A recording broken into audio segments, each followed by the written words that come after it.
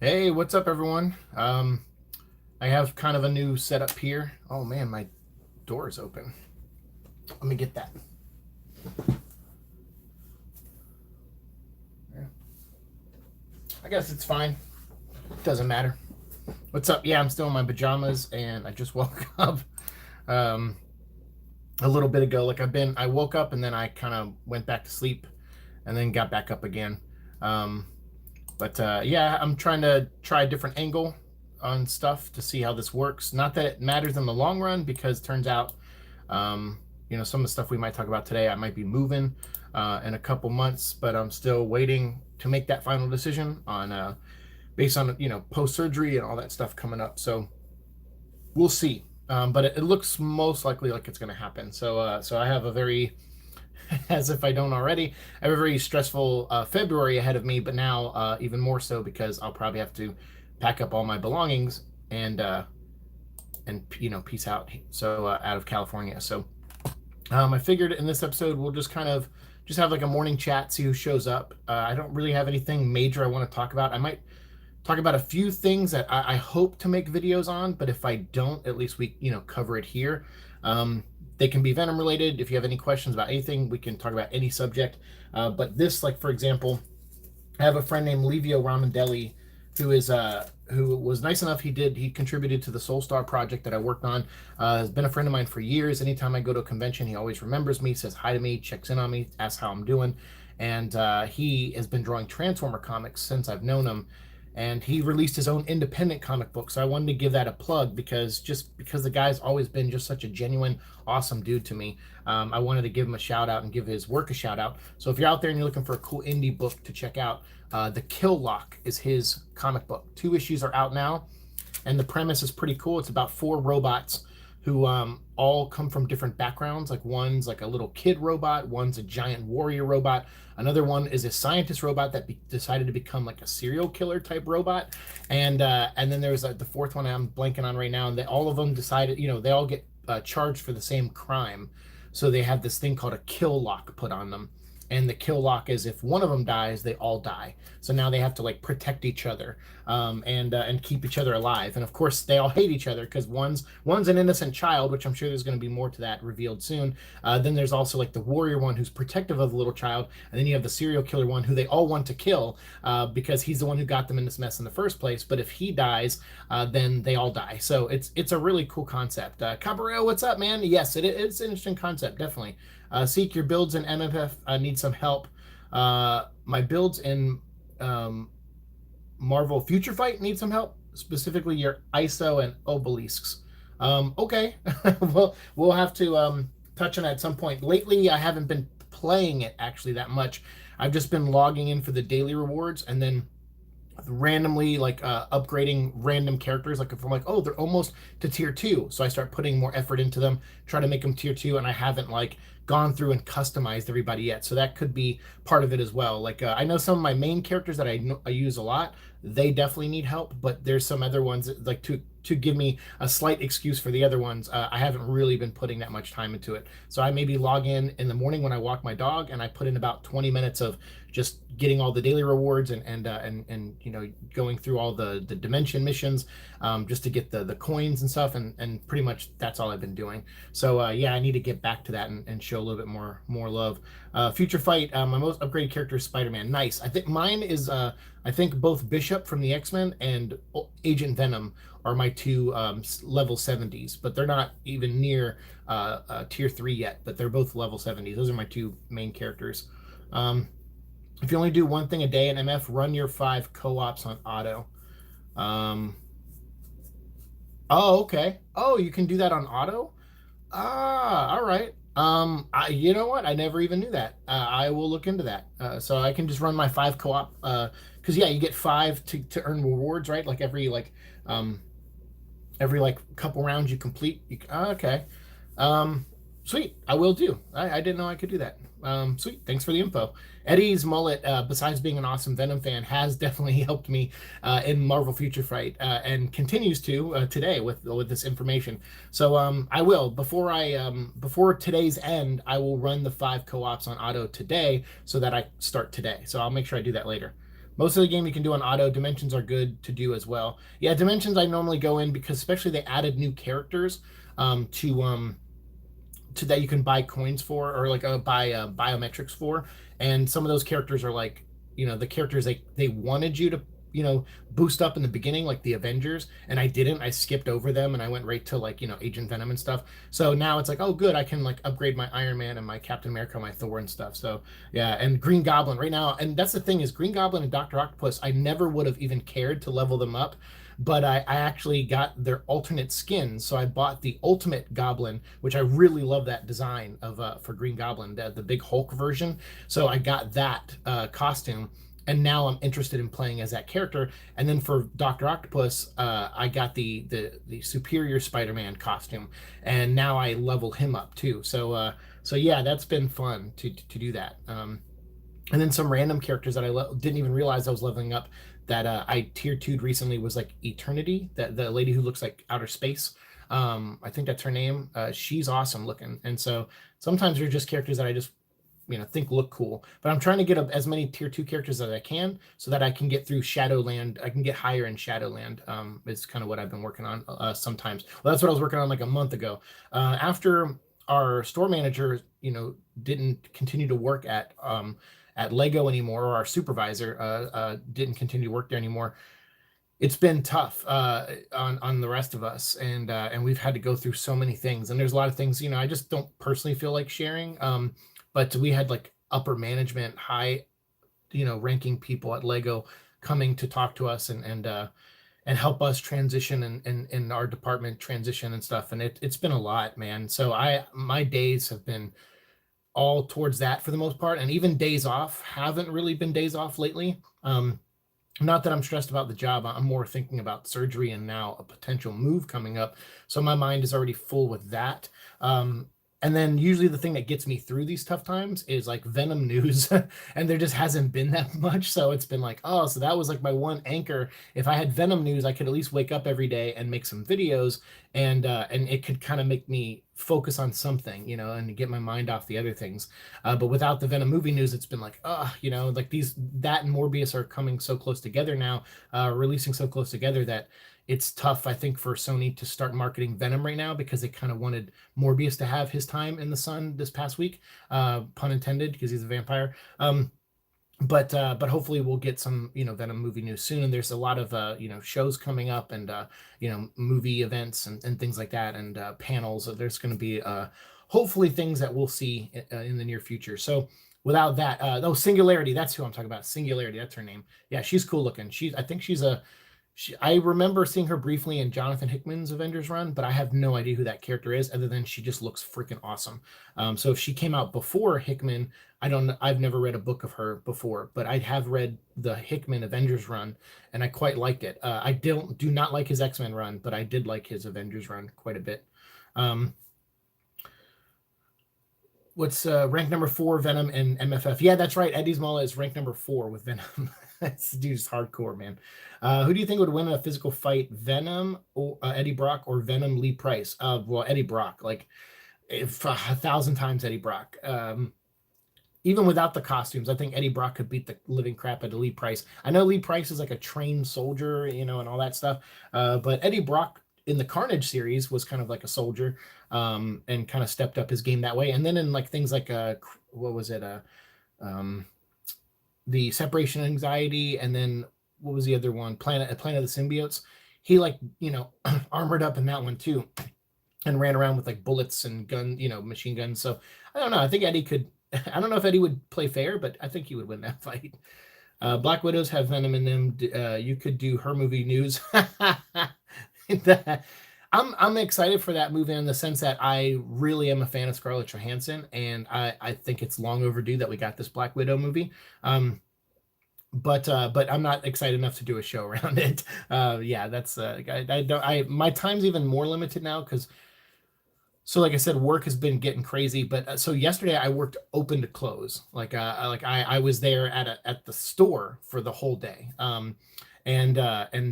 Yeah, that's not always like what I do. So it's like so we've had people sick, we've had people in different stores, lose family members and they had to step away. We've had people, recently, like two loved ones in 1 week for this one girl, which was heartbreaking to hear. And then we've had people sick. Like right now, I have a supervisor who's sick, and she's we went to the ER. So it's, you do what you can, and so I've just been like trying to step up and help out, but it's like so close to my surgery now, so it's like it's getting harder for me to do it. So they were nice enough to give me today and tomorrow off. Today I think I was going to have off anyway, but it was my only day off that I was going to have this week. But then they were like, hey, you can have tomorrow off too for working in an open to close shift at one of the stores.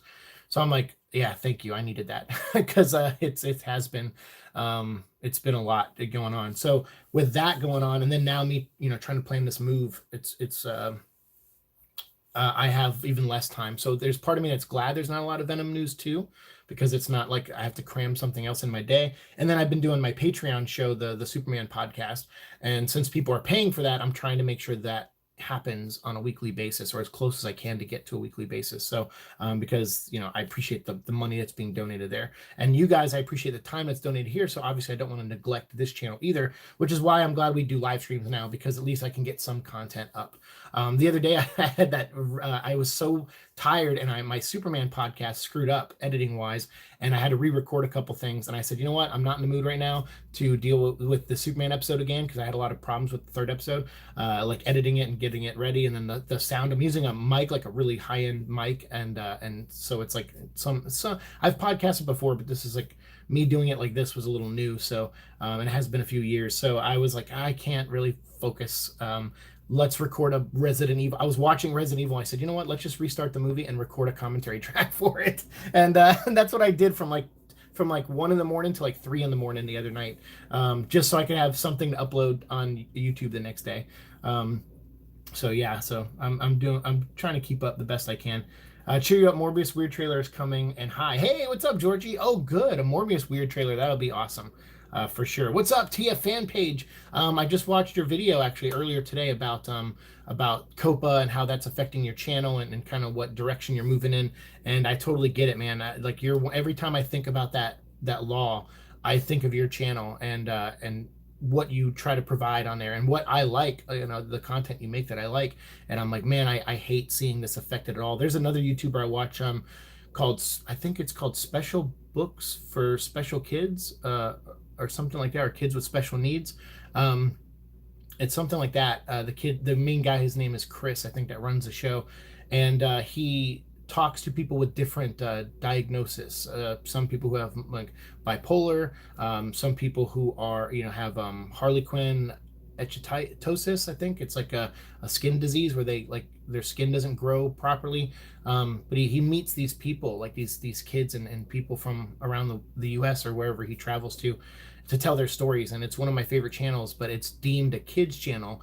And they took the comments off, and all the comments were like really nice comments. Like there's no toxic BS and things like this. Of course you get the occasional troll who's like says something mean about the kid in the video, and obviously those get deleted, but for the most part it's everyone just being very supportive. And I can't imagine it's easy, especially for him. He's got like 2 million subscribers, and this was his way of reach. He uses that money to go and travel and meet more people to continue the channel and keep the content going. So without visualization and comments and thumbs up and things that help promote the channel, that channel sinks quite a bit. So it's been a bummer seeing how this law, which is intended to help people, affect so many channels negatively. It's a bummer. Lee Price would win if he's an arm's reach of a chair. Eddie's mullet, man. Always got the scenario that I don't think about. Sorry, won't attend to CinemaCon. Sony won't attend CinemaCon. Yeah, I figured they wouldn't go to that, but the trailer drops during Bloodshot or Black Widow, thanks to that glorious joke. Yeah, I'm sure. Yeah, because Bloodshot's a Sony movie, right? So there's a chance that maybe when Bloodshot comes out, we might get a trailer for Venom 2. I don't see them because the shooting schedule is so intense. I can't imagine they're going to be able to break away, kind of like the first movie. Remember, they didn't even go to the Brazil Comic-Con. They sent a video, And I imagine that's probably what's going to have to happen this time. If they don't physically go somewhere, they'll either send a video, or I think they should just use the internet. That was some of the best promoting the first movie did, was they just use the internet. They didn't write like buy like expensive time slots on TV at certain shows. Like, they didn't do all that stuff. They just relied on the internet to spread the word, and I hope we get more of that. Yeah, it was the Venom 1 trailer didn't debut at Brazil Comic-Con. It was just like a video they sent in just to say, hey, we're on the set and we're filming, and you're gonna see some stuff very soon. But it was around this time 2 years ago, right? 2 years ago? Yeah, it was like in February-ish, I think, or late January, early February-ish. I remember because it was around the time Resident Evil 2 came out, the remake. No, that was last year. Resident Evil 7? I can't remember. Maybe I don't remember, but I thought it was the beginning of the year we got the teaser trailer. It was the one where there was no Venom in it, and everyone got mad. Hey, Lisa, what's up? How's it going? Welcome to the stream. Yeah, I'm hoping for Copa's situation isn't so bad. Hasn't hit me too hard. That's good to hear, man. Yeah, and I was watching your video on it, so to kind of you explaining what's going to be happening and stuff. So keep doing what you do, man. Hopefully it doesn't affect you too much, and I like your content a lot, dude. Eddie's Mullet says, hey, Lisa. Hello, everyone. Everyone say hey to Lisa, Georgie, TF fan page, Eddie's Mullet. Make some friends in the chat. Thank you all for being here today. Thanks for the 2 thumbs up, too. I appreciate that. Anyone excited for the new Batman film? I'll have to wait and see. I think it's got a great cast so far, but I'll have to wait and see. Georgie says, well, not exactly, but they promote it with T-shirts and exclusive first photo. I mean, yeah, but exclusive first photo doesn't cost them anything. All they have to do is just, like, send a website like, hey, here's an image, post it on this day at 10 a.m. That literally costs them nothing. The T-shirts, yeah, they handed out, I think, the little masks, right, with the teeth on it. They did that too. So yeah, I'm not saying they don't spend any money on marketing, but that's way cheaper to do actually than buying a time spot on a TV show to air your trailers. So I'm just saying they're a little bit smarter with the marketing for Venom, and I think that's why ultimately the movie did really well. Was one, Venom's a household name, and I don't think that even they realized that. And then 2, the marketing was pretty fun. But yeah, so new Batman movie, I have to see. I'm getting really tired of Batman's grounded in reality. This is my real take on Batman. What if he was really a dude who dressed as a bat? I hate that. Like, Zack Snyder did it, Nolan did it, and then now Matt Reeves looked like he's doing it. I'm just like, dude, I want a movie where Batman can fight Clayface or Man-Bat. Like, I'm tired of seeing all these other villains that it's like, it's another take on the Riddler, it's another take on the Penguin. I'm like, I've seen these guys, and then Gotham was recent too, so it's just kind of like, do something different, man. Like, I want to see something different. This grounded in reality crap, it's like, it's a guy dressed as a bat. How real can that be? So I don't know. I have to wait and see a trailer, but I think the cast for Batman looks great. Lisa said, hey, Eddie, of course we'd meet up here.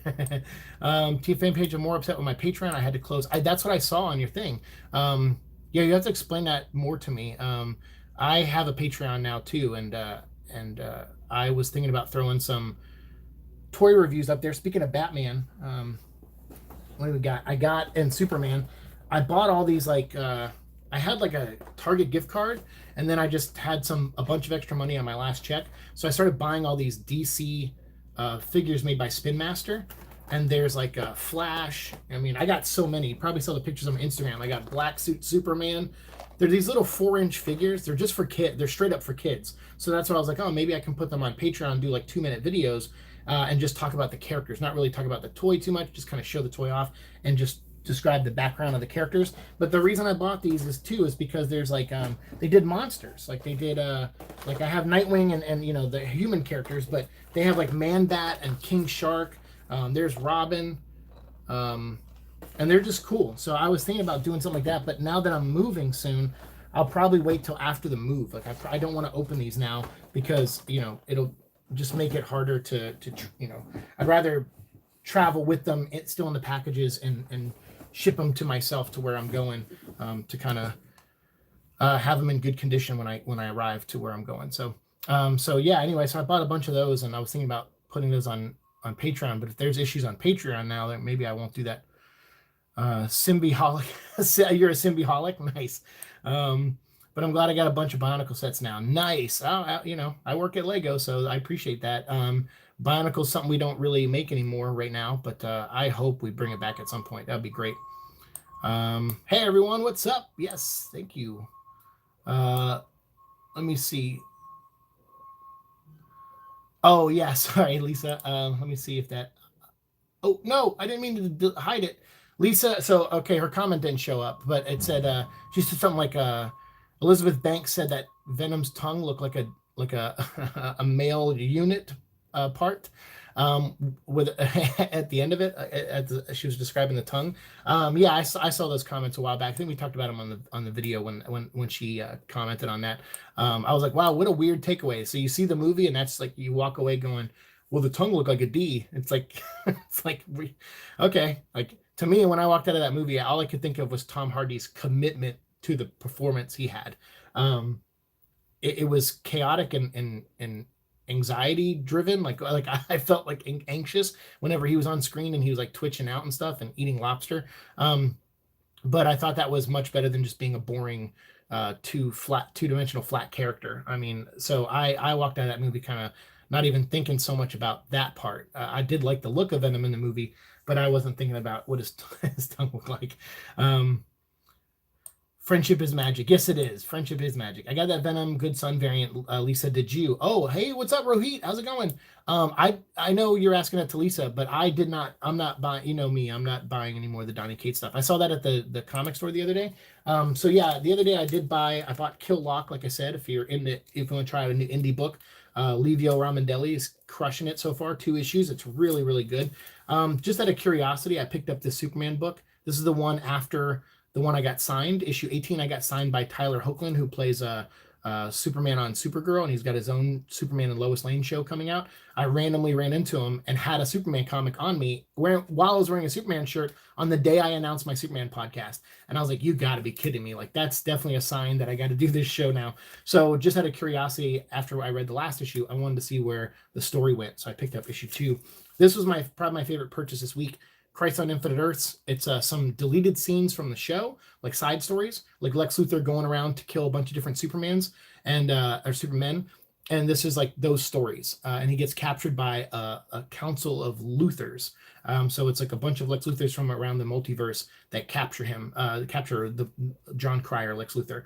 But this is a good one. And you actually get to see the Fleischer Superman in here, and a couple other really cool versions of Superman. So I might talk about that in an upcoming episode. And then I got Batman Curse of the White Knight. I did a very big DC week, and then I got Wonder Woman 750 with the Jim Lee cover. So, but I haven't had time to read any of those except Kill Lock. That was the only one I was able to check out. I seriously thought those were Venom 1 masks were women's underwear when I first saw them. If you look on my YouTube page, you'll see me and my roommate have our masks on from when we went to the early screening. So yeah, that was pretty cool that they handed those out. Cabaret says same. I think I did, Eddie. Got a bunch of books coming. Nice. Rohit, what's up, dude? Good to see you. Good to see you.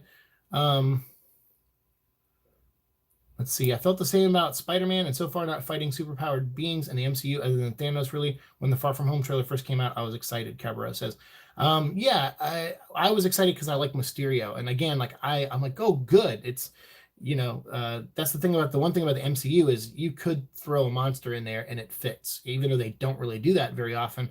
But when you do, it can fit, and I kind of like that. I'm like, oh, I like that. That means any villain is up for grabs. You can translate any villain. When you do a grounded in reality version, then you get like the crappy version of Killer Croc that we got in the Suicide Squad movie. It's like, no, that's terrible. Like, I know there's versions of Killer Croc where he's not a 10-foot tall monster, but if you're going to make a movie with the character and you have a budget, make him a 10-foot monster.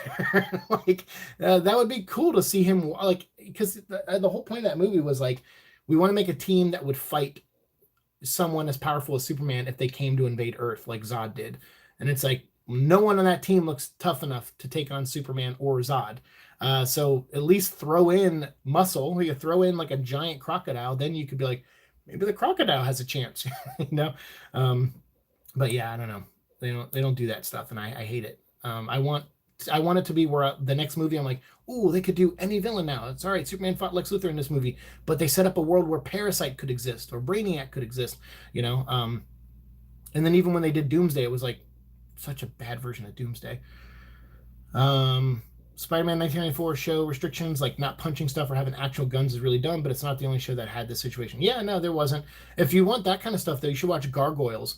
Gargoyles was a great 90s show made by Disney, and I think like the fourth or fifth episode, after you get past the big movie pilot 2 hour or 90-minute episode, whatever it was, they did an episode where it was about guns, and like one of the gargoyles accidentally shoots the human cop that hangs out with them, shoots her in the back, and then she's like paralyzed for like the whole season. And they really show the ramifications of guns, and I was blown away by that. And when I rewatched it as an adult recently, I bought the DVDs like 2 years ago, and I rewatched that episode. I was blown away. I was like, I cannot believe this episode exists, and that was part of the show. So yeah, it's just good stuff. Like, Gargoyle is a great show.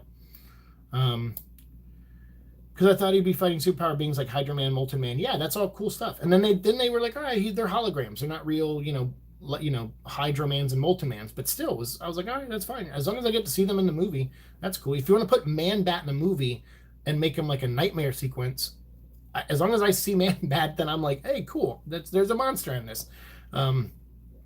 Sort of glad Venom is sort of part of the MCU in a way, first to drop the F-bomb.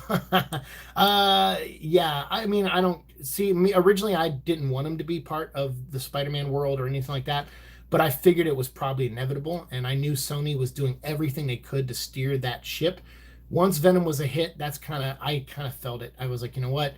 They just proved to Marvel that they can make a profitable superhero movie, which Marvel probably didn't even think they could do.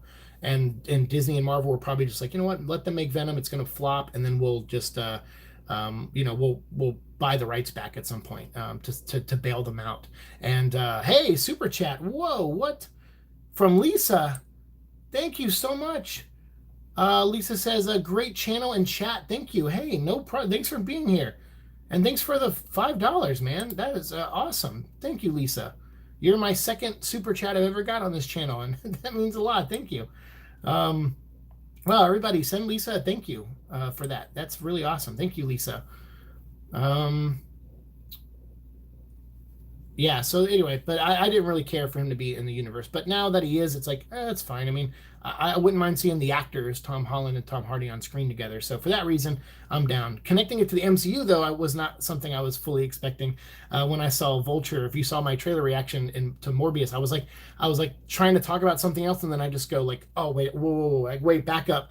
We got to talk about Vulture. Like, I was so caught off guard by that. Yeah, you know what? The good thing is there's more stories to come, and that's all I care about. So more Venom is all I really want at the end of the day. He can meet and fight whoever he wants in other movies or in his own movies. As long as the movie has Venom in it, I'll be there. Yes, Georgie, I love Morbius having hand suckers for plasma. Yeah, that's right. That's because they couldn't do him biting people and stuff. Yeah, that was funny. Autocorrect screwed up your name. You are not a robot. No, he is not. No, he's not.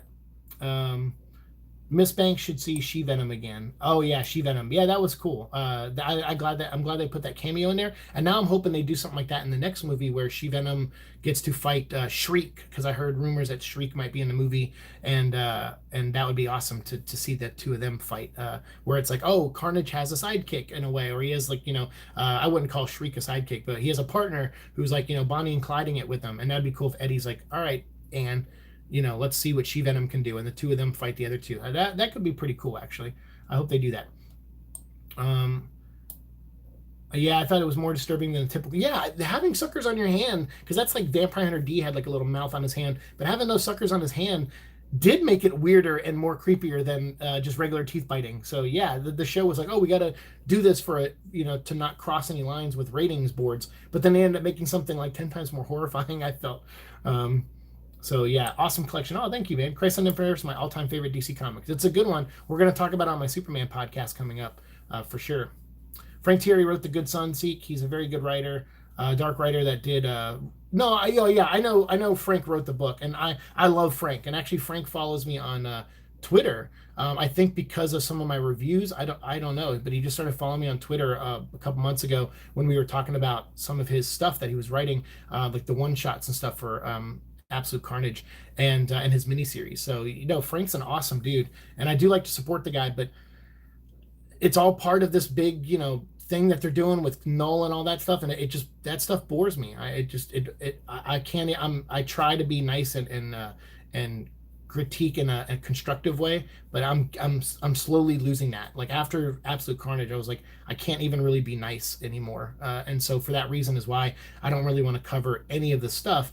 But I'm sure Frank did a great job on that book, and I will read it one day, because my plan is when they come out on sale on Comixology, I'll buy them at that point. Especially with the move coming up, I'm trying to actually buy less physical comics for a while, just so I can get through this move easier, and then I'll catch up where, when I move, I'll go back to the past 2 months and buy what I need to buy. But I'll eventually get these books and read them, and we'll talk about them on the show. I'm ignoring them for now, but I'm not ignoring them for the long run. It'll give us material to do, for season 5 of the show, as we can go back and do the Donny Cates, Frank Thierry era, of these stories. So we'll get there. We do a podcast on Doomsday Clock story up until issue number 12. So the whole thing about my Superman podcast is that it outlines pretty much the entire history of Superman in 52 episodes. So we go from Action Comics number 1 is what we talked about in the first episode, and then a couple of side stories and like Jeff Johns' Secret Origin. So we talked about that. So, and I wanted to do that as a bookend. So Jeff Johns' Secret Origins is him and Gary Frank, who they do Doomsday Clock. So the last episode of the show, episode 52, will be about Doomsday Clock, all 12 issues. So we're going to go through the entire history of Superman and make this giant love letter, not only to him, but the DC Universe, the way Doomsday Clock did with their 12 issues. So that's what that whole show is all about. And for those of you who are like, hey, I can't donate to Patreon, and I totally get that. You're like, I want to hear these episodes. The first episode I might put up in full on YouTube in like, a month or so. Every episode after that, though, I'm only going to pick one clip, like a 10 or 15-minute clip, and put that on YouTube. And the full episodes after episode 1 will stay exclusive to Patreon. So you still will get clips from those episodes, but I won't be sharing the full episodes here anymore. And that was just talking out with different people who, and people who back me, just trying to keep the content exclusive for them, but also still give you guys some of it, because my DC stuff doesn't really do well on this channel. So I feel like it's not a huge loss. Those don't get a lot of views, but they are pulling in a pretty good audience over on Patreon so far. We already got 4 backers, and it means a lot. So I'm just like, all right, well, if they're here just for DC stuff, then I want to make sure that I provide it to them. So this channel's mainly Venom Vlog, and then sometimes we do other stuff, Resident Evil, Ghost Rider, and stuff. So we'll continue to do that. But for most of the part, DC stuff might kind of veer over to Patreon for a while. Love your little characters in front of your monitor. My Marvel Advent ones stay there too. Yeah. So these are my DC characters. These are the ones I have so far. Of course, I had to get Green Lantern, Simon Baz. I think I have like 2 of these guys now, and I have 3 Sinestros. Main reason is because I want the rings and the batteries, and I want to use those for other characters that I have. I have other Green Lanterns and other Sinestros and Yellow Lanterns and custom figures I made. So I'm going to set those up when I move to the new place, because they're kind of boxed up now. But yeah, I'm going to do all that. I'm going to have a whole Green Lantern. So my goal is to find an apartment, like a 1-bedroom apartment, when I move, and get have one wall in the, my living room is just going to be my studio. So I'll have my desk in the living room, but then I'll have one wall where it'll be a background of DC stuff. One wall will be Venom, and then I'll just move my chair in that direction, film that way, and that's what we're going to do. And that way I'll have a background for, each of my shows. So that's what I'm hoping to do when I move. There's also a Sleeper story in the back of the Good Son as well. Oh, I like Sleeper. That's cool. Love the Doomsday Clock storyline. Me too. Doomsday Clock is great. I feel like DC really needs to take in the ridiculous side and just have fun with their movies, sure, but it's fine. They do what they can, and the TV shows have been fun, so I enjoy the TV shows, even though they're silly and goofy on CW. Yeah, there's King Shark's in it, and I'm like, hey, there's King Shark, that's awesome. And Gorilla Grodd, and they do a good job, and the effects look pretty good for their budget. It looks really good. Gotta head out. No problem, man. Have a good one. Thank you so much. Revive Gargoyles, yes, for sure. Rent? Is that Spider-Man reference? Mr. Diktovich? Yeah, TF fan page says Revive Gargoyles too. Yeah, man, for sure. Hashtag Revive Gargoyles. What's his name? He does the Young Justice cartoon, and he did Spectacular Spider-Man. Greg Weisman? Yeah, tweet Greg Weisman, Revive Gargoyles, and tag Disney in it. and hopefully that will happen. I got really close to buying the complete set of Street Sharks at a hardware store the other day. Oh, Street Sharks. Man, that's going back a ways. That's cool. How much were they? So you didn't, I'm guessing, because you said you were close to buying them, but was it the price that made you not?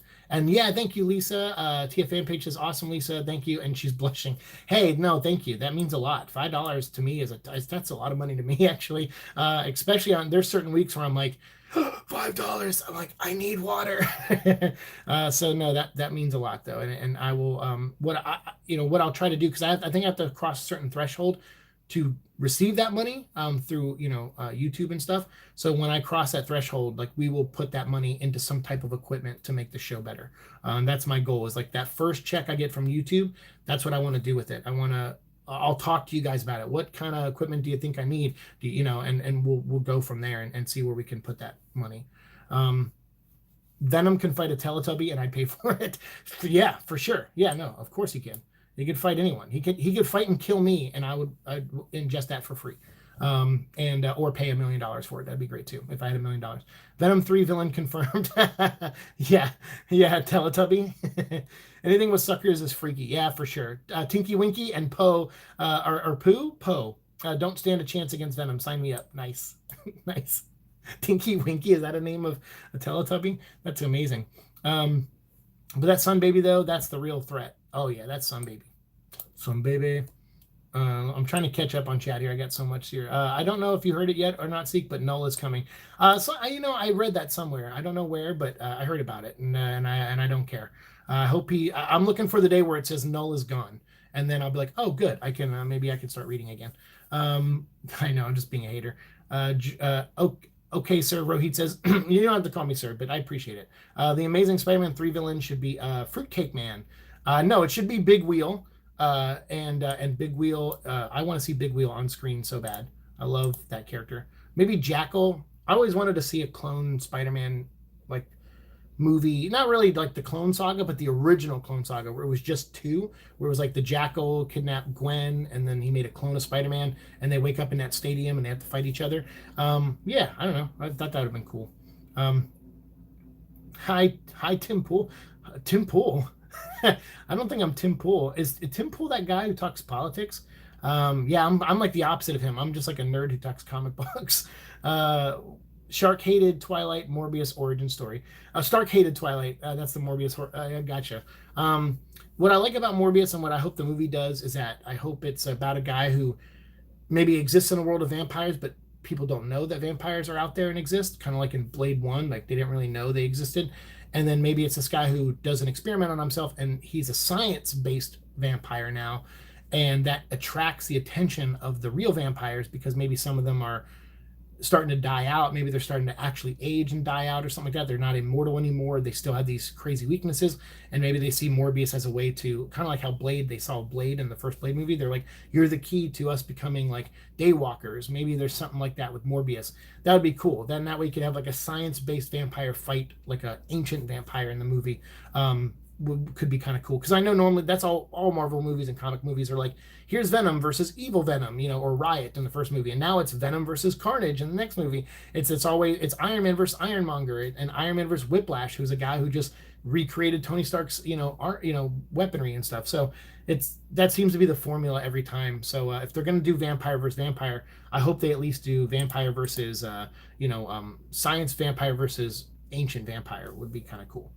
I very much how I appreciate you stay positive things and don't overly hate on what you don't like. It's very refreshing, especially in the comic book community. Thank you, Josh G. I think just a minute ago I was negative about, you might have spoke too soon. I think I was negative about Donny Cates' Venom run, but no, I try. Like, I mean, do I not like his stuff? Sure. I'm not a big fan of it, but I know people do. So out of respect for their opinions, I don't want to just be this guy who trashes stuff. If you haven't listened to my Resident Evil fan commentary I posted the other day, I don't blame you, first of all, if you haven't, because it's like 2 hours long, but I kind of recorded it podcast style, so you don't have to watch the movie while you're listening to it, but I do make some references to the movie in it. But I wanted to do that, and I'm gonna do a commentary for all 6 movies and the 3 CGI movies, and the reason for that is as a challenge. It's so easy. I listened to these other guys, these 2 British guys, I think they were, and they did a commentary track for Resident Evil, for all the movies, and it's just them just crapping on the movies for an hour and a half, 2 hours. And I'm like, that's so easy to do. Like, that takes no talent whatsoever to just sit and trash something that clearly sucks.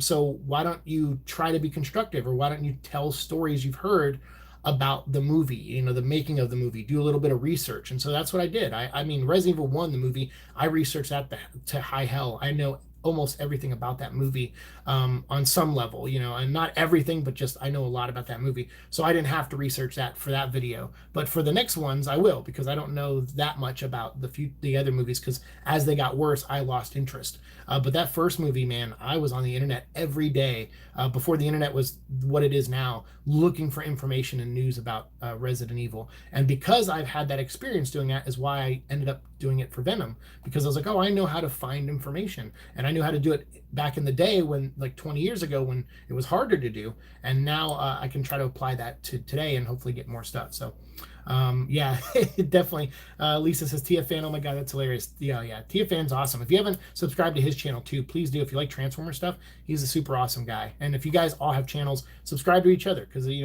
that's what the whole motto here is. We are Venom. All of us are Venom. We're all creative, interesting. Hopefully, I don't think I'm that interesting, but we're all creative people. I know a lot of you guys are, and we want to, we should build that community and share each other's work, even if it's not Venom related, because everyone has different interests. But yeah, that's what, hopefully you guys follow each other. Spider-Man Pizza Theme, what's up, Scarfy? How's it going? I like your name. The 94 Venoms, or the 94 episode where Spider-Man became Man Spider, creeped me out. And don't get me started on Monster Ock from the 2000 game, pure nightmare fuel for kids. Yeah, that was scary times. The first appearance of Morbius in the comic books, if you haven't watched that episode that we did, I actually did that in my trailer reaction. We talked about the first issue of Amazing Spider-Man. It was Amazing Spider-Man 101 and 102, and it was the first appearance of Morbius. And he fought Spider-Man and the Lizard, and during that battle, Spider-Man had the extra arms. He wasn't Man Spider yet, but he had the extra arms, so that was pretty cool. Did you read the Ruins of Ravencroft Carnage book? It's about discovering the history of Ravencroft. I didn't, because here's my, I know Frank Thierry's writing it. Here's my fear about that book. I'm worried that in that book they're going to reveal the history of Ravencroft, which could be really interesting, but I notice a lot of writers do this now. They do it a lot in movies, and since a lot of comic writers want to be film writers and TV writers, they're predictable in that way of how they tell stories. And Donny Cates is kind of like the guy behind the stories and his editor behind the Venom books. So they'll come up with things, and maybe Donny will be like, I can't write this story, but Frank Thierry can, and I like his writing. So Frank will come in and take an idea, like do the backstory on Ravencroft, and here are the connections we need you to make, so that my Donny Cates, his story makes more sense.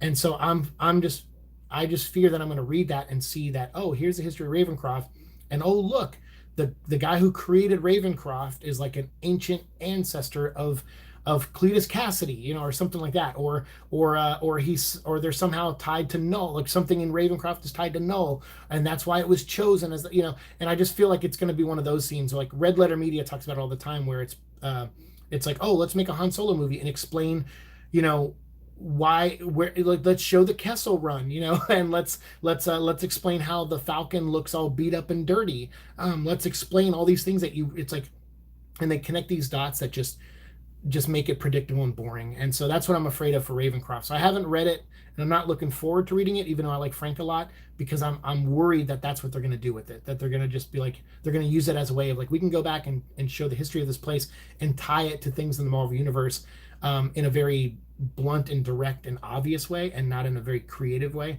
I could be wrong, of course I could be wrong, but that's my fear, and that's why I haven't checked it out, despite loving Frank stuff, and plus money too. I've been even though I've been working a lot lately, I'm trying to save money for the move, so I've been buying less. As you saw this week, Wonder Woman was the most expensive thing I got this week, which was like a $10 book, but I bought all DC stuff this week. I just actually pushed Marvel away for a little while.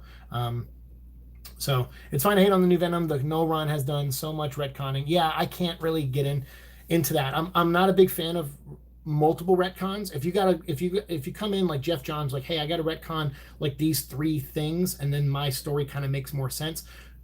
He still try to find a way to not fully retcon some stuff. He would try to be like, he would like tip his hat to it, like, hey, this happened, but we're going to peel back a layer and show a little bit of a different angle, so that way it now makes more sense for this epic that I'm writing. Jeff was really good at that. I think a lot of writers out there think they can be just like Jeff, and I don't think that's the case at all. I think Jeff and Grant Morrison can do their thing, but I think everyone who tries to imitate it comes across as an imitation, and they pace their stories like Jeff paced his Green Lantern run, or Grant paced his Batman run, but they can't do it with the level of quality, I feel. And so the retconning, it's like, if you're retconning something almost every issue, then why even set a story in the current Marvel universe, is my point. Like, why not just go do Ultimate Venom and do a drifting side continuity universe? If you're going to retcon that much. So that's my only issue, is like, okay, a retcon here or there, that's not bad, but all the time it comes across ego driven, and I'm not a big fan of that. Drowned Rat, Morbius, and Enemy Within cracks me up to this day. Excellent version. I love that. I made a meme where it was like Morbius and Venom crashing through a window from that comic book, and there's a guy going, like he's like in a bathrobe, or he's like in an expensive robe, and he's like jumping away from the mirror or the window, and Venom and Morbius are coming in, and I put in there like Morbius going, "Let us in the MCU," and then Venom's like, "Yes, make us part of your universe," or something like that, like forcing their way into the MCU. And in my mind, I was imagining Kevin Feige was the guy in the robe, and I tried to put, "Let us in, Feige," in the captions, but I couldn't fit the text in, and because I was doing it all on my phone, and it wouldn't shrink the words enough to fit Feige in there, so I had to cut that. But I was like, yeah, I was really proud of myself, because I don't really do things like that. I don't consider myself a funny person or a comedic person, so I don't really try to make too many attempts at trying to be funny. If it happens naturally, that's great, but for the most part, I don't like push it. That was the only time I did, and I couldn't even get the joke right because I couldn't fit Feige in there. I was like, dang it. So I had to settle for a subpar joke on that one. Sir, do you like the Tales from the Dark Multiverse Black Knight issue #1? Yes, I do. We talked about that. Were you not? I don't know if you were in that stream, but we did a live stream where we talked about all the Dark Multiverse books, and I thought they were great. They did a great job. Whoever eats Peter's pizza is the definition of being an arch nemesis. That's true. We are Venom. Rohit says, nice. Yes. Josh G, yeah, I hear you missed the witty Venom. Yeah, I mean, if you want to do a different spin on Venom, or have his personality change, that's fine, because characters have to evolve over the years. So I'm okay with Eddie maybe, like, I even like the part in the first issue where it's like, all right, he's popping pills, he's trying to shut out the voice of the symbiote, he needs time to think for himself, and he's not getting it. But it's so the opposite of where Mike Costa left the run, where like Mike Costa left, where him and like Eddie and Venom were like back to what we knew, like they were like lovers in a way, and they just had a kid, they had Sleeper, and they did the whole first host storyline. But in that book, they didn't show like this growing tension between Eddie and the symbiote. It was kind of like both of them going, we're back home. And I like that. I was like, oh, there's so much room to tell stories now, where Eddie and the symbiote now, after all these years and changing different hosts, and Eddie going through cancer and becoming anti-Venom, they've both been on these extreme separate journeys. Now they're back together. Oh, this is going to be so fun to see them like this moving forward. And then boom, the next issue that Donny Cates does is he's like, nope, screw that. He's like, I'm going to have Eddie with long hair for a second, and he's going to pop pills, and he's going to hate hearing the symbiote in his head, and we're going to set up this null storyline. And it was too much too soon. And I found out why. It looks like Donny Cates originally wanted that first arc that he wrote to be the second arc, and he was going to do something else first to like lead up to it. It sounded like he should have gone with his instincts on that one. But Jason Aaron was like, no, dude, you got to start with Beowulf and Null and the dragon, and you got to start with all that. That's got to be your entry point. And granted, that first issue was a good issue, but it did, and especially in retrospect, rereading it, I'm like, oh man, but it's just such a departure from what Mike Costa did. And I was actually starting to really like Mike's run by the end of it, especially those last two issues were really, really good. Nativity was really good. Hey, Scarsy, can I eat you? Hey, no eating each other in the chat, this episode at least. You are so close. The first inmate was a descendant of Cletus, and Null corrupted a Native American tribe and Cletus's ancestor. You're talking about Ravencroft? LOL, you were so close. The first inmate was a descendant of Cletus, and Null corrupted a Native American tribe and Cletus's ancestor. See what I mean about predictable? Like, are you kidding me? I mean, I know I didn't nail it right on the head, but is that for real? So it does have a descendant of Cletus Cassidy. Unbelievable, man. Oh my goodness. Okay, well, and that's why I'm also a tough critic sometimes. My roommate hates when I watch movies with him. He'll be like, "Hey man, I saw this movie last year. It's awesome. You got to check it out." And I'm like, "Okay, I have time in a couple days. I'll watch it with you." I'll go sit in the living room with him a few days later. He starts the movie, and like 10 minutes in, I've already seen the whole movie. I can predict almost all the major beats, and so I just tell him, I go, "Hey man, you know, oh, that's the bad guy." And then my roommate goes, "Are you kidding me?" And then I go, "Yeah." I'm like, "But," and he goes, "Well, you're not going to know why he's the bad guy." I'm like, "Well, clearly he's the bad guy because this and this. And then my roommate just goes, "All right, fine." He shuts the movie off. He's like, "Go back to your room, edit your videos." He's like, "I'm sorry I wasted your time." And yeah, he in a playful way, he rags on me about that and hates me for it. It's just, I've ingested so many stories in my lifetime.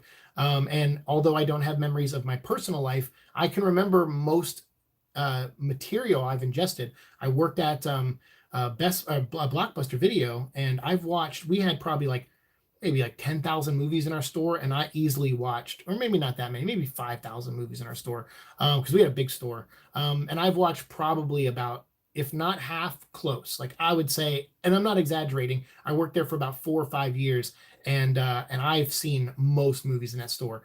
I worked at a record store, and I ingested a lot of music, and so there's storytelling in music, right? I've worked in movies, and I ingested stories that way. I've been reading comics now for almost 20 years, and also, oh wait, no, 20, yeah, 30 years, 30 years of reading comic books, and then writing and editing comic books too. So I'm just at the point where I've just ingested so much that most writers pull from things they know and they like, and I've happened to see those things. So I'm like, oh, I know what that's a reference to, and I know why they're doing it. And it takes away some of the fun about reading stories. And so that's why I try not to just let that make me sound like a hater.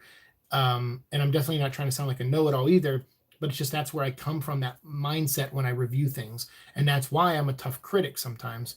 But I can turn that off and just enjoy things for what they are. And I can separate, like if someone goes, "Here's a kid's movie," and I'll review it as a kid's movie. I see a lot of reviews out there like crapping on Dr. Dolittle. I haven't seen that new Dr. Dolittle movie, and I definitely think they spent way too much money to make it, and reduce their chance of a profit at all greatly by making a $175 million Dolittle movie. That's so dumb. If I had the rights to Dolittle, I would probably do like a $20 to $25 million movie, make it go right to DVD, and you'd probably make your money back, or put it on Netflix, you'd probably make your money back. So yeah, I don't know. It's I just, because I think I've ingested so much, I have, my awareness for things is a little higher sometimes, and it prevents me from enjoying things at times too. So hey, Siike, hey everybody, what's up? Chris, Chris, one of our patron backers, my first one. He actually donated to the Patreon before I even put my first episode up. I was like, dude, my first episode doesn't go up till January, and in December he donated, and just a really nice guy. And Chris, I'm glad you're enjoying the Superman episodes. I will be recording another episode tonight, and now that I have tomorrow off, I can actually work on it and hopefully upload it either tomorrow night or Sunday morning, so we can slowly get back on track of releasing them once a week. So thank you for being here, dude. Eddie's mullet, he has ESPN. That's awesome meme. Feige in a robe though, yikes. Well, luckily you don't see it. It's from behind, and you just see kind of his head turning like this, so you don't really, you don't, it's open maybe, but that's facing Venom and Morbius, and it's not facing you. Eddie and Symbiote deserved a second honeymoon for a bit. Yes, yeah, they did. There needed to be a different type of transition. It did. It felt extreme. It felt like, not as extreme as like New 52 right after Flashpoint. It wasn't that extreme, but it was still like, I felt like I was missing a chapter. I'm like, is there a story set during these 3 to 6 months, however long it was, between Costa's run and the beginning of Cates' run? I'm like, is there a story there that, can help me understand why the book began it with that tone? I mean, do you really need it? No, not really. But it would have been nice to see it at the time. But now it would feel too forced if you try to do it now. I'm excited for Wonder Woman 84. Don't fight me, but I'm hoping Cheetah does not look like something out of Cats. Yeah, no, I'm excited for Wonder Woman 84. I like the first one a lot. My roommate, my friend Erica, who used to live across the hall from me, she used to play the voice of Cheetah on a lot of stuff, Injustice 2 and a lot of the animated movies. And I was like tweeting to the director of Patty Jenkins of Wonder Woman, being like, here, you got to cast Erica as Cheetah, your live action Cheetah. And I still think Erica would be a great Cheetah, but I hope now that Erica, 'cause she's a great actress, I hope she plays Chitara in a Thundercats movie. She really wants to. I know she's a big Chitara fan. So I'd hopefully they make that movie one day, and Erica can play that. Yes, you can write comics, Siike. I have written comics. I thought about doing episodes where I do commentary tracks over my writing and pick it apart and show you guys that I'm actually just as ruthless to my own writing as I am anyone else's. So I thought about doing those. I found some of my old comics that I wrote and some that I edited, and I thought about making commentary tracks for those. So you might see those at some point, and you guys can judge for yourself if you think I'm a good writer or not. And I've been working on a book for a while now, and I was supposed to have it. I really wanted to have it done by Christmas, and it's just going to take more time. It's a big story, and it's a lot. It's taking a lot out of me. So I'll get it done when I get it done. But yeah, especially when I'm moving, I'm gonna try to do it to where I can have a couple weeks off before I start getting into working and finding work and stuff. I'm hoping to give myself a nice little buffer, and in that time I'm hoping to like hammer out the rest of the book. So I have a plan for that, and I'll share that stuff with you guys at some point down the road for sure. Hated Costa's first 5 Lee Price Venoms, so cruel, but he made up for it. Costa did not start off on a good foot with me either, which is why I try to stick it out with Donny Cates. But Costa turned me around pretty quickly. Even the Stegron dinosaur people with Kraven the Hunter underground, it was called Lethal Protector 2 or something like that. Even that was fun. Like I was like, okay, this is silly, but it's like fun silly. But right after that, he really pulled me in. Like Venom Inc. was neat, and they kind of finished off or pushed away Lee Price and beat him up. And then the Nativity story was great, and then First Host was great. So I actually really ended up liking Costa's run, and that's why I try to stick it out with Donny Cates, because I was like, I wasn't on board with Mike at first, so let's give Donny a chance. And then for me, I just felt like the quality reduced in writing. Sorry to say, just my opinion. Because that first run was pretty good. I was like, hey, this is a pretty good run. And Stegman's art's amazing. But then it's just kind of like, to the point where at Venom Island, they're like, oh, someone told me like, oh, Venom's going through this on Venom Island. I'm like, wow, that sounds boring. I don't care. I got to go. See y'all later. Hey, bye, Georgie. Have a good one, man. Yeah, I'm going to be leaving here soon, too, probably in about 10 minutes, so I'll try to catch up on chat. Bye, Georgie. Lisa says, everyone, say goodbye to Georgie. Thanks for being here, bud. And thank you guys for the 6 thumbs up, the $5 super chat from Lisa. It means a lot to me, 7 of you all being here. I appreciate it very, very much, keeping me company today. I don't understand why they did that awful Lee Price story. It was so bad. I think they really just needed a filler to get to issue 150 for Venom, because they wanted to do the legacy numbering. So I think it was just something like that, and try to introduce a new character, and for misdirection. I think the plan was, hey, we're going to do a new Venom, because everyone was saying like, oh, I hated that Venom. That's why they changed it. Chances are they already wrote the first 6 issues before the first one even came out, or at least half of it so they wouldn't have known the audience reaction for it right away. So I feel like that was always the plan, was just bring in Lee Price, and he will be a misdirect for Eddie Brock to get the suit back. I think that was always the plan. I don't know for sure, but it just feels like that to me. Sir, are you a fan of Watchmen graphic novel? Oh yeah, I've read it like probably 50 times. I like the TV show too. That was really good. And I like the movie, and as sacrilegious as it might be to say, I actually liked in the movie that they changed the squid. They got rid of the squid and made it Dr. Manhattan. I like that. I think that was awesome, actually. Because I know I sound like a Zack Snyder hater sometimes. I don't. I just don't like his DC movies. But I really did like his take on Watchmen. I know it's Vertigo, and they're kind of DC now, but yeah, Superman and all that stuff I just didn't like. Oh, nice. Can't wait. Awesome pod. Anytime, boss. Hey, thanks, man. If you would have just a generic MCU baseball hat on, the robed guy in your meme, that would have got it. You're right. You know what? Live and learn. See, this is why I need help from younger people to help me with memes, because I'm somewhere in between Generation Y and Millennial. Like I'm kind of like this, I don't know. I'm like in this gray area. But then I get called boomer sometimes. I'm like, I'm not that old, but I'm sure I say boomery things sometimes. A Thundercats movie would be dope. Hey, yeah, Thundercats, ho! Oh yeah, I love Thundercats. Lisa says Eddie's mullet. I think I remember Costa saying he wished it went different after the fact. Maybe that's just me projecting. No, I mean he could have been. I have no idea. It feels like the plan was to always bring Eddie back and just delay it a few issues. To me, I would have just, I don't know, I would have just done a story where it's like Eddie and the suit trying to find their way back to each other for 6 issues, and then do 150 instead of bringing in Lee Price. But who cares? He's dead now. It doesn't matter. Donny Cates killed him, like, in Absolute Carnage, so it doesn't matter anymore. Did you see the Cats trailer? They pretty much look like live action Thundercats, but lamer. So they look nothing like live action Thundercats. No, yeah, I know. I did see the trailer, and yeah, I know. I made a conscious effort not to watch that movie.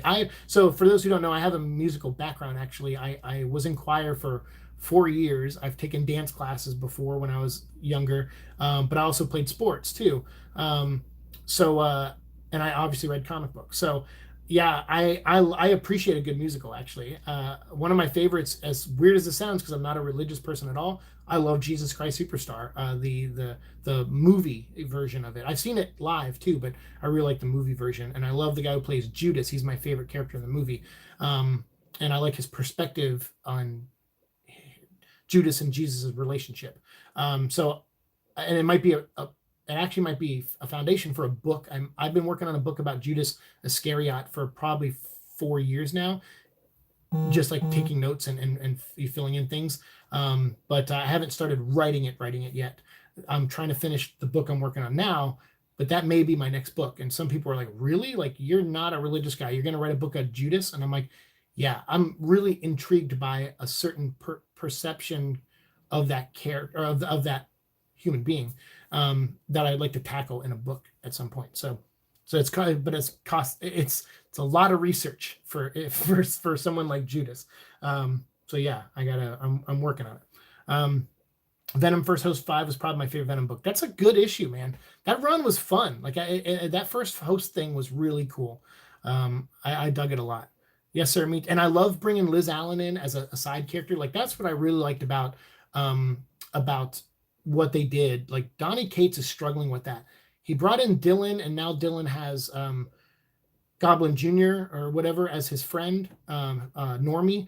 But there's not really a supporting cast for Venom right now in the book. It's just like there's characters in his book, but there's not a supporting cast, and there's not this net of support for Eddie to allow him to tell new stories. Even when the Avengers, someone told me they offered him to join the team, and he turned it down. And it's like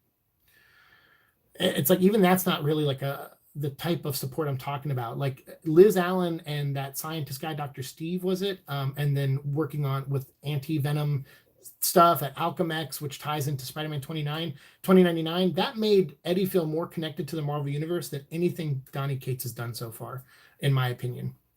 And I miss it. And I was hoping Scorpion would be a recurring villain in the run, because I thought that was great to maybe take him away from Spider-Man and make him a Venom enemy for a while. So yeah, so it's a bummer. And then that all led to Flash Thompson dying, which is a bummer too. But we'll have some Flash stuff coming up, and we'll have some Venom vlog stuff coming up. I'll record them later today, for sure, before my roommate comes home. Siike, I'm 36. Oh, you are? Okay, so you're close to my age. Okay, awesome. So yeah, we're pretty much okay. Gotcha. I'm so sorry, man. I don't know. I guess I assumed incorrectly, or maybe you told me before and I just forgot. But yeah, for some reason I was thinking you were younger, because you have a fresh perspective on stuff all the time. So yeah, that's awesome, man. Well, cool. Sorry, I was wrong about that. Yes, sir. Me too. Huge fan of Watchmen. Nice. Yeah, me too, Rohit. Hi, Siike. Hope you're doing well. What's up, Panhead? Have you heard Venom 2 is filming at a university? They are keeping things for Venom 2 very secretive and doing a good job making sure there is no photos. Yes. So I have Venom Gaming on Twitter. Sent me a link to that. And I will be, that's not you, right? Because I know you were originally Venom Panhead Gaming. Are you also the same Venom Gaming that sent me that link? Because yes, I do know about that. That link was given to me on Twitter, and I am going to make a video on that, a separate video. So that's going to be the next episode of Venom Vlog will be that. And then we're going to talk about the first 2 issues Agent Venom appeared in Amazing Spider-Man. So that'll be my next 2 Venom Vlog episodes. I'm going to probably film them today, and I'll try to edit them tomorrow after I work on my Superman podcast. So you should see those in the next couple days, hopefully. But yeah, they did film at a university, and I want to make a video so we can talk about theories on that. Nice choice, Eddie.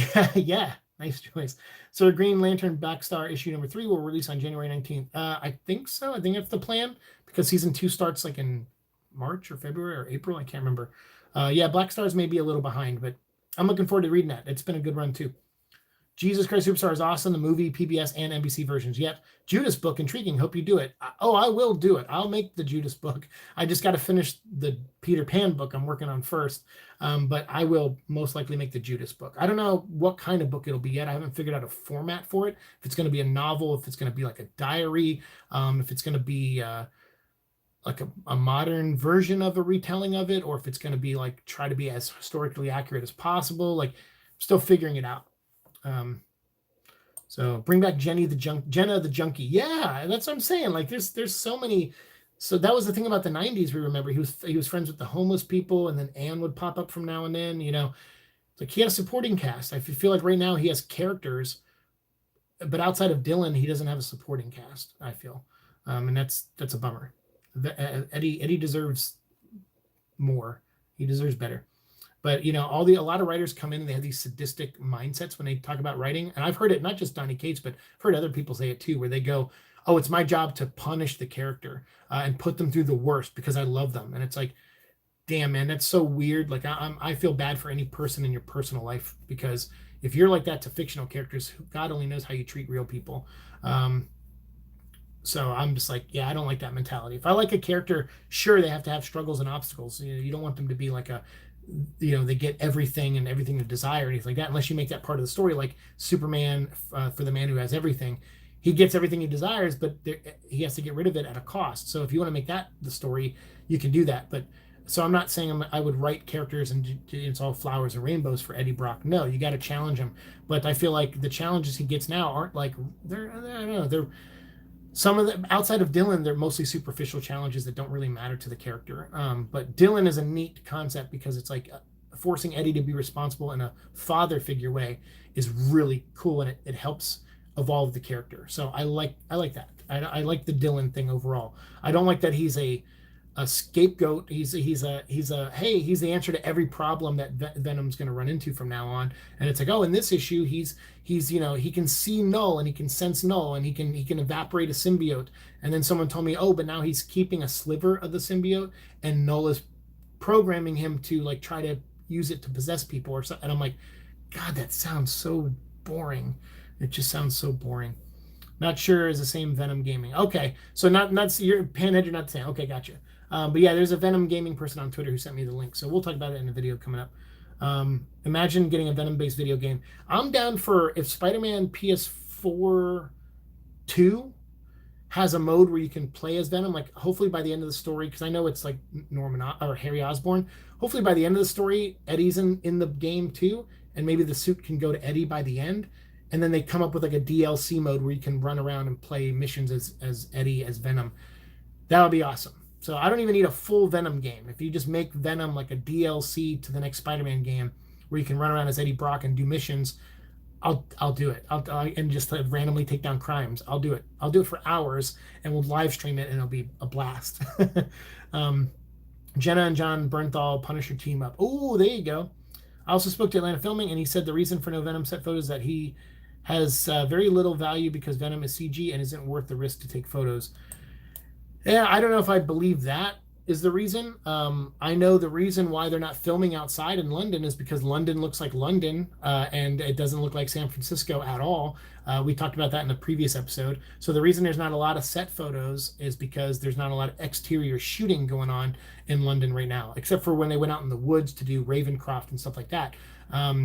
So yeah, mostly they're filming on sets. The first movie did that in Atlanta. They filmed a lot of stuff on set, and it wasn't until like the last 3 weeks or so of them in Atlanta where they started filming exterior shots. And then they continued those over in San Francisco because they could only do close-up shots in Atlanta without giving away that they were in Atlanta, too badly. I mean, of course, some shots I'm like, oh, that building's in Atlanta, that building's in Atlanta, that street's in Atlanta.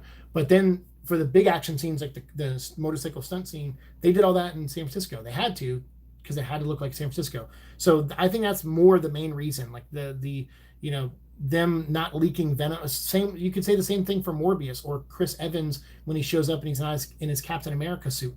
It doesn't matter. Like, it's like if they're filming outside, people are going to take photos of it. But they're in London and they're on a lot of closed sets, so that's why it's not. We haven't got a ton of stuff right now. And then the few times they shot outside was like in the woods, so nobody's really catching photos of those. So when they move to San Francisco and start shooting there in like a couple weeks or a month or something like that, I have no doubt in my mind we're going to see a lot of more stuff around that time. And they're probably saving all the exterior Venom shots for now, like they're doing the university stuff, which will probably be interior and maybe a little bit outside. But I feel like from here forward, we might start seeing stuff outside because they probably shot all the inside stuff already. Yeah, Venom game would make me put Witcher 3 away for a bit. Needed intervention. Nice. Jenna was from New Ways to Live, mid 2000s. Yeah, I remember that one. We haven't covered that miniseries yet, but I did read it not too long ago, and I'm going to reread it again because we're going to do Anti-Venom Week, and we're going to talk about the last few Anti-Venom stories that we haven't covered yet. So I have a plan for that. And Jenna. Mortal Kombat 11 will be an awesome game. I hope so. I haven't played will be an awesome game. Is Mortal Kombat 11 not out yet? I thought it came out. They're just adding DLC to it now, right? So the game's out, I think. Dylan is bat crap crazy now after Good Son. Yeah, awesome. Did you read Venom the End? Apparently it's really strange. Yes, it is really strange. I did read it, and I want to give a shout out to Lonely Symbiote because she donated a digital copy to me. So big shout out to Lonely Symbiote. She's awesome, a longtime follower and supporter of this channel and this show. And she was nice enough to write me on Twitter and send me the link to it. So maybe we'll talk about that on our next live stream. I didn't want to do it in this one, but yes, weird book and a lot of fun in some ways, but definitely weird. And I got a lot of stuff to talk about that issue, but maybe we'll do it on the live stream coming up. Or maybe I'll just, now that it's been out for a couple weeks, maybe we'll just do a regular Venom vlog episode on it. Gotta go. Thanks for the live stream. No problem, Josh. Thanks for popping in, man. Thanks for the kind words, too. And we're going to be ending here in a second now that I'm caught up on chat. Chris says, oh, makes sense. They were in Atlanta and San Francisco. Michelle Williams was just at the SAG Awards not too long ago. Well, they're not there yet. They're not going to, I don't think they're going to do any filming in Atlanta. I think it's just London and San Francisco, as far as I know. So they're not going to pop in Atlanta. But Michelle Williams did go to the SAG Awards recently. They flew her out during days she wasn't shooting on Venom, and then they flew her back to film more stuff. So yeah, and congratulations to her. She won a couple awards this week, the SAG Award, and then or a couple weeks ago, she won the SAG Award. I think we talked about that on our last live stream, and then she won another award a couple days later. I can't remember which one it was. Was it the SAG AFTRA? No, that was the SAG Award. But before that, she won a Golden Globe. So she won Golden Globe and SAG Award, and so big shout out to Michelle Williams for those accomplishments. Yeah, that was cool to see. Venom the End is really good until Eddie dies. It should have ended there. The second half with the mutant stuff was bad. It gets weird. Like I said, we'll definitely talk about an episode coming up. It's definitely weird. I enjoyed Venom 2099 more than I did Venom the End. That's for sure. Venom 2099 wasn't great, but I appreciated it for what it was doing or trying to do. I don't know if I could say the same thing for Venom the End. Poor Dylan, that escalated quickly. Yeah, for sure. Lonely Symbiote, excellent name. Yeah, she's awesome. She's an awesome human being and longtime supporter, like I said, of the show. So big shout out to her for sending me that digital copy. Oh gosh, talk about jet lag. Dang. Yeah, right. I hope they give Michelle Williams a better wig. Yeah, me too. I don't know why she wore a wig at all. I was like, why can't Anne?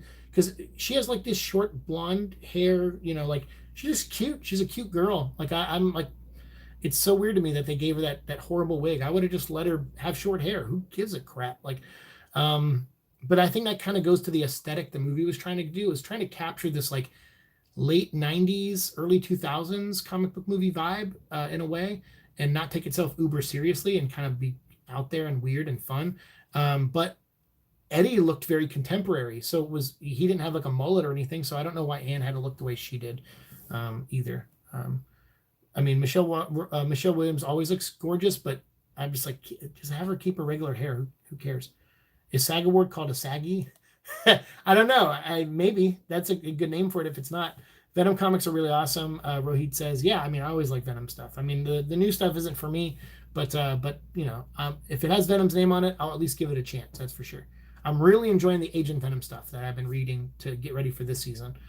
Anne had short hair in the comics too. Yeah, there's a couple times I thought that too. Yeah, right. She's yeah. So I don't get it.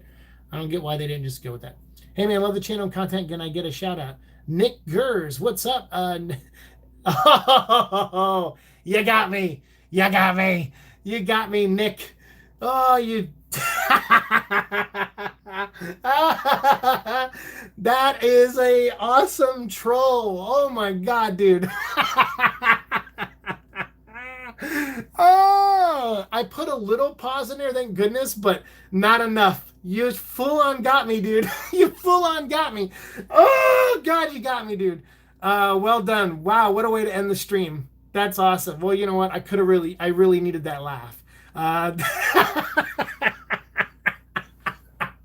My brain didn't catch it in time. It was like as soon as I had left my lips, it was like someone in my head goes, bro. Like, what did you just say? Oh man, Nick, very well done, sir. Oh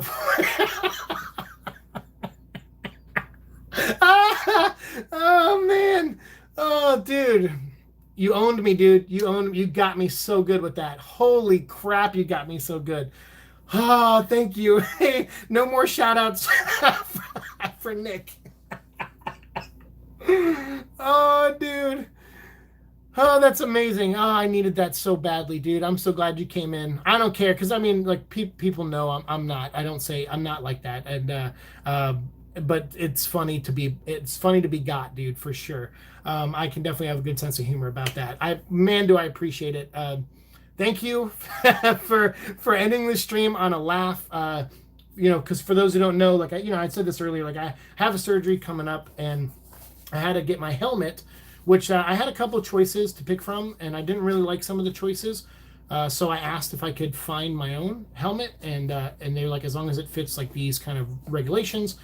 So I looked up like epilepsy helmets and reviews online, and I saw some good ones on YouTube for this. It's kind of a rugby helmet. So it'll be something I'll probably have to wear after my surgery for a little while. I might even have to wear sunglasses to kind of light is going to be an issue sensitivity wise.